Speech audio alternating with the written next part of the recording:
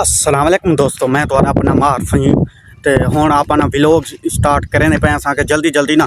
vlog बना लाऊं तो वाल बिया काम करे सु तो आपको अगे भीटी वनवार दिखाया ही ना हूँ वाल भीटी वनवार दिखेंदा पिया क्यों दिखेंदा पिया कि ये भीटी वनवार ना हुण चुगी गई है देखो हुण चुगी ते सवेरे परसों तक कुना हुण चुग ते हुण जलिए ने हुण जते ते सवेरे परसों तक को टोकते ना वनवाड़ा को काटते ते वाल इत्थे मक्की वासी देखो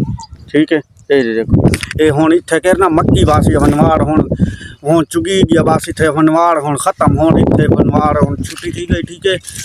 ते हुण इत्थे भीटी मक्की वासी ठीक है ना ये हुण भीटी वनवाड़ बस बल्ले तक ना टुकी वैसी आए भेड़ां वाले कहें को डेत ना टुकवा ते ना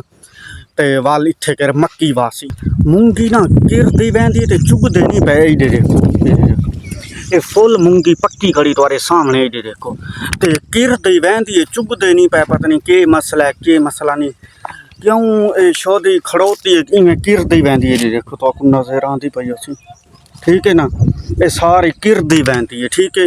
तो हुण माशाल्लाह ना बाहरों जेड़ा जिंजण सट्टां ने ना